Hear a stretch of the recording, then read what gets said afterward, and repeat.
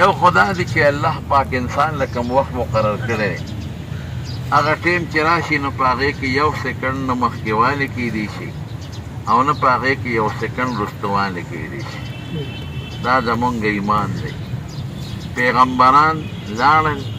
اولیاء صالحان عالمان ډاکټران انجینران ساینسدانان ډېر زیات خلک دنیا ته رالل او چې چا له کوم وخت مقرر و نو په هغه مقرر ټیم د دې دنیا نه هغوی لاړل په مخ د ځمکه هېڅوک جمدې نه پاتې کیدی شي او نه به څوک په جمدې پاتې شي یو شاعر وایي لو كانت الدنيا تدوم لواحد لكان رسول الله فيها مخلدا وی که دنیا کې همیشه جمدې څوک پاتې کیدی شوې نو د دواړو جهانو مبارک سردار محمد مصطفی صلی الله علیه وسلم به مستقل په دنیا کې جمدې پاتې چې هغوی لاړل الله قرآن شریف کې فرمایي انک میت وانهم میتون افئن مت فهم الخالدون دنیا نه به تم ځې او دا امت به د ټول مخلوق به ځي او چې ته وفات شې نو داسې به بل کوم د مور راوړې بچي وي چې هغه په دنیا کې همیشه جمدې پاتې شي صرف دومره ده چې د نیکانو خلکو د اولاد یو لحاظ وي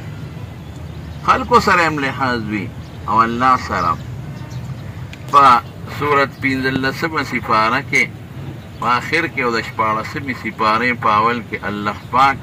یو واقع ذکر کړی د حضرت موسی علیه السلام او د حضرت خضر د دواړو واقع ذکر کړی اخو اوږده قصه ده خو صرف دومره ده چې موسی علیه السلام او حضرت خضر علیه السلام دواړه د کشتۍ نه کوشو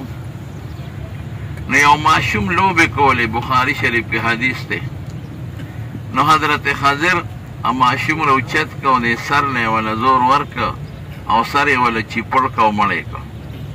نو موسی علیه السلام پې فورا اعتراض وکړه اقتلت نفسا زکیة بغیر نفس یو مفتو کې برنا حق دی یو ماشوم مړ که دا خو دې ښه ونه کړه حضرت خضر پې مخکې شرطونه لګولي وي ګورې زما نه به تپوس نه کوې ستا چې کوم علم دی اما سره نشته او چې زما کوم علم دی تا سره نشته خپله به ته پوه شي خو تپوس به نه کوې خو موسی علیه السلام ځکه سوال وکړو چې هغه وکتل چې دا خو ماشوم بې ځایه مري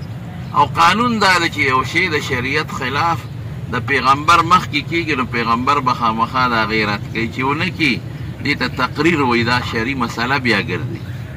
د حضور پاک په مخکې چې یو صحابي او عمل وکړي او دې پې چپ پاتې شي او رد یې ونه کړي نو دا شریعت حکم شو تقریر د نبي علیه السلام ورته مخکې وی خیر د غلطي وشو بیا به داسې نه کېږي نو چې تلل په لاره باندې او د دې نه مخکې چې کومه کشتۍ کې خیراتي سواره شوي د هغې نه حضرت خضر یو تخته وویسته نو موسی علیه السلام ورته وایي دا څه کوې خلقتها لتغرق اهلها دا خلق غرقې نو هغه ورته وایي ګوره تا ته ما ویلي چې په ما به سوال وکړې وایي دا بیا به نه کېږي چې دا دویم یې پرې وکړو وایي ځکه درېیم مې وکړه نو بس بیا به لارې جودی نو په لاره تل یو زوړ دیوال و قریب و چې پرېوتی وی نو حضرت خضر واللاس ورکړه نو نیغې او دې قوم نه یې ډوډۍ غوښتې وه چې مونږ وږي یو هغې ډوډۍ ورنه کړه نو موسی علیه السلام ورته وایي هغه قوم چې مونږ له یې ډوډۍ رانه کړه تا وله دیوال نیغ کړه نو چې د نیغو نه څه مزدوري به رېته اخیستې وه نو مونږ به په هغې څه خوراک کړی وی نو حضرت خضر ورته وایي هذا فراق بیني و بینک دا زما ستا منځ کې اخري خبره به بس سأنبئک بتاویل ما لم تستطع علیه صبرا وایي چې په کومو درېو خبرو تا صبر ونه کړه د هغې په مقصد دې پوه اوس وایي دا کشتۍ چې کوم ماتې تخته وویسته دا د یو څو یتیمانانو او د دې مخکې یو بادشاه اعلان کړی چې څومره روغې کشتۍ وي دا حق سرکار ضبط دي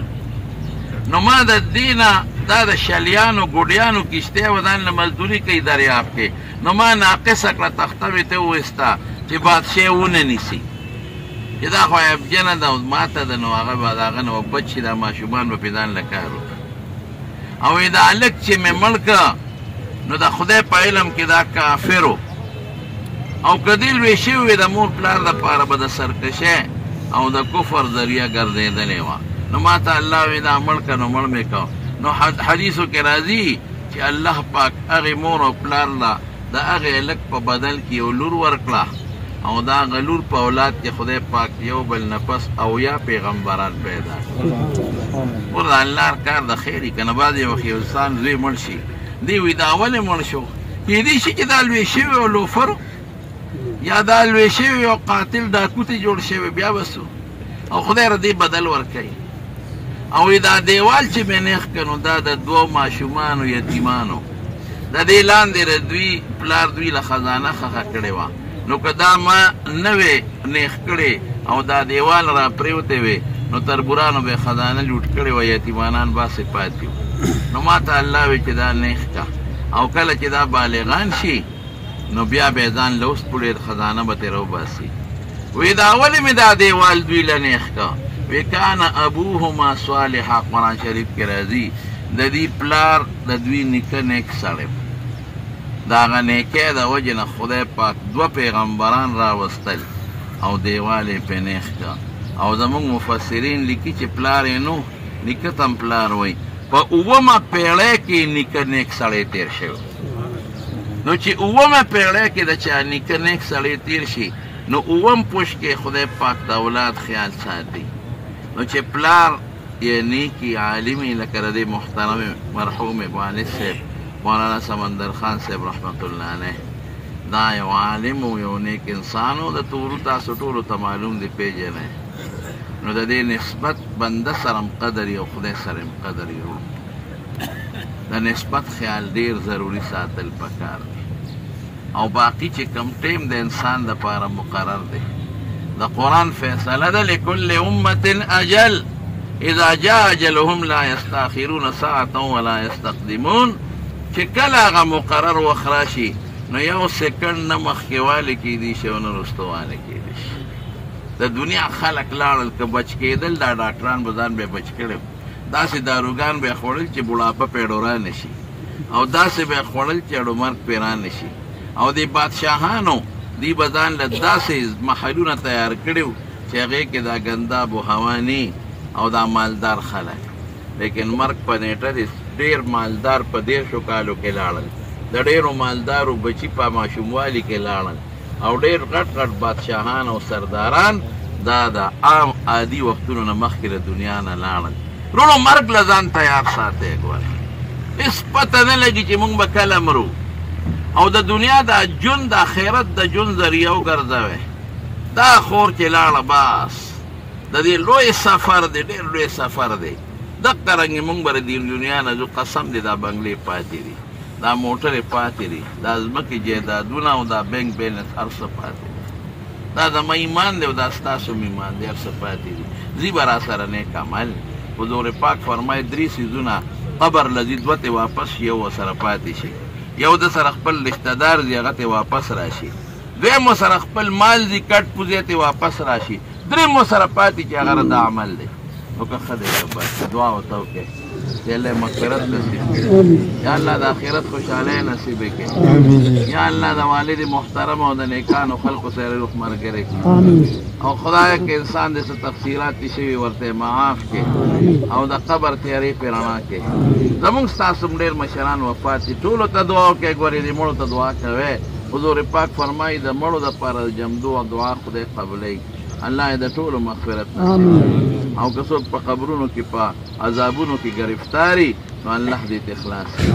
او چې څومره بیماران دي په دې مجلس کې کورونو کې الله دې شفا ورکړي. زما یو دوست دی په دې مردان کې عباس صاحب د هغې والده بیماره ده او هسپتال کې پرته ده او ډېره غریبه په کشمکش کې ده. زه خو ورته ډېرې دعاګانې کوم. تاسو هم د اخلاص دعا ورته وکړئ چې الله وله روغ صحت ورکړي. الله وله شفا ورکړي. شفا د خدای په لاس کې ده چې الله وغواړي ایوب علیه السلام یې بېدارو جوړ کړی دی چې وغواړي قسم د بېدارو یې جوړی نو خدای دې وله روغ صحت ورکړي. او که نور څومره بیماران یې په دې مجلس کورونو کې الله ټول له شفا ورکړي. او دا دعا وکړئ چې زمونږ خاتمه الله بالایمان او آخر وخت کې خدای په خولې دا کلمه نصیب کړي چې لا اله الا الله